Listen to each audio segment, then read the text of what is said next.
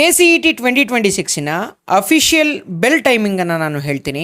So ಹೇಗೂ ನೀವು ವಾಚನ್ನು ಕಟ್ಕೊಂಡು ಹೋಗಂಗಿಲ್ಲ ಅಲ್ವಾ, ಹಾಗಾಗಿ ಬೆಲ್ ಮೇಲೆ ರಿಲೇ ಆಗಬೇಕು. ಸೊ ಫಸ್ಟ್ ಬೆಲ್ ಹೊಡೆದ ತಕ್ಷಣ ಇದು ಮಾರ್ನಿಂಗ್ ಸೆಷನ್ ಆಗಿರಲಿ ಅಥವಾ ಮಧ್ಯಾಹ್ನದ ಸೆಷನ್ ಆಗಿರಲಿ, ಎರಡಕ್ಕೂ ಅಪ್ಲಿಕಬಲ್ ಇದು. ಫಸ್ಟ್ ಬೆಲ್ ಹೊಡೆದ ತಕ್ಷಣ ನೀವು ಎಕ್ಸಾಮ್ ಹಾಲ್ ಒಳಗಡೆ ಹೋಗಬೇಕು.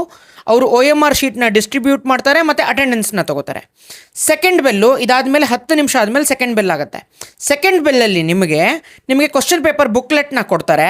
ಸೊ ಬುಕ್ಲೆಟ್ಟಿನ ವರ್ಷನನ್ನು ನೀವು ನಿಮ್ಮ OMR ಶೀಟಲ್ಲಿ ಫಿಲ್ ಮಾಡ್ಕೋಬೇಕು ಮತ್ತು ಬುಕ್ಲೆಟ್ಟಿನ ಸೀರಿಯಲ್ ನಂಬರ್ನ ನಿಮ್ಮ OMR ಶೀಟಲ್ಲಿ ಫಿಲ್ ಮಾಡ್ಕೋಬೇಕು.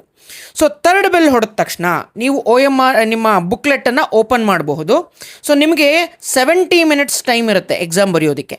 ಫಸ್ಟ್ 10 ಮಿನಿಟ್ಸ್ ನನ್ನ ಸಜೆಷನ್ ಏನು ಅಂತ ಹೇಳಿದ್ರೆ, ಎಲ್ಲ ಕ್ವಶನನ್ನು ಒಂದು ಸತಿ ಓದಿ, ಯಾವ್ದು ನಿಮಗೆ ಕ್ವಶನ್ನು ನಿಮಗೆ ಅರ್ಥನೇ ಆಗ್ತಾ ಇಲ್ವೋ ಅದಕ್ಕೆ ಟೈಮ್ ಸ್ಪೆಂಡ್ ಮಾಡೋಕ್ಕೆ ಹೋಗಬೇಡಿ ಮಕ್ಕಳೇ. ಫಸ್ಟೇ ಮಾರ್ಕ್ ಮಾಡಿ ಇಟ್ಕೊಳ್ಳಿ, ಆ ಕ್ವಶನ್ಗೆ ಟೈಮ್ ಸ್ಪೆಂಡ್ ಮಾಡಬೇಡಿ, ಆಯಿತಾ. ಸೊ ಫೋರ್ತ್ ಬೆಲ್ಗೆ ನಿಮಗೆ ಇನ್ನು 30 ಮಿನಿಟ್ಸ್ ರಿಮೈನಿಂಗ್ ಅಂತ ನಿಮಗೆ ಒಂದು ಕಾಷನ್, ಆಯಿತಾ. ಸೊ ಈ ಬೆಲ್ ಆದಮೇಲೆ ನೀವು ಆನ್ಸರ್ ಮಾಡೋದಕ್ಕೆ ಸ್ಟಾರ್ಟ್ ಮಾಡಬಹುದು. ಫೋರ್ತ್ ಬೆಲ್ಗೆ ಇನ್ನು 30 ನಿಮಿಷ ಉಳಿದಿದೆ ಎಕ್ಸಾಮು ಅಂತ ಅರ್ಥ. ಸೊ ಅದಾದಮೇಲೆ ಫಿಫ್ತ್ ಬೆಲ್ ಆದ ತಕ್ಷಣ ಫಿಫ್ತ್ ಬೆಲ್ಲು ನಿಮಗೆ 20 ಮಿನಿಟ್ಸ್ ಟೈಮ್ ಇದೆ ಅಂತ ತೋರಿಸುತ್ತೆ. ಅದಾದಮೇಲೆ ಸಿಕ್ಸ್ತ್ ಬೆಲ್ಲು ಲಾಸ್ಟ್ 5 ಮಿನಿಟ್ಸ್ ಇದೆ ಅಂತ ತೋರಿಸುತ್ತೆ. ಅದಾದಮೇಲೆ ಸೆವೆಂತ್ ಬೆಲ್ಲು ಎಕ್ಸಾಮ್ ಮುಗೀತು, ನೀವು OMR ಶೀಟಿಗೆ ಸೈನ್ ಹಾಕಿ ಕೊಡಬೇಕು ಅಂತ ಅರ್ಥ. ಸೊ ಈ ಟೈಮ್ ಮ್ಯಾನೇಜ್ಮೆಂಟ್ನ ಕ್ಲೀನಾಗಿ ಮಾಡಿ ಮಕ್ಕಳೇ. All the very best.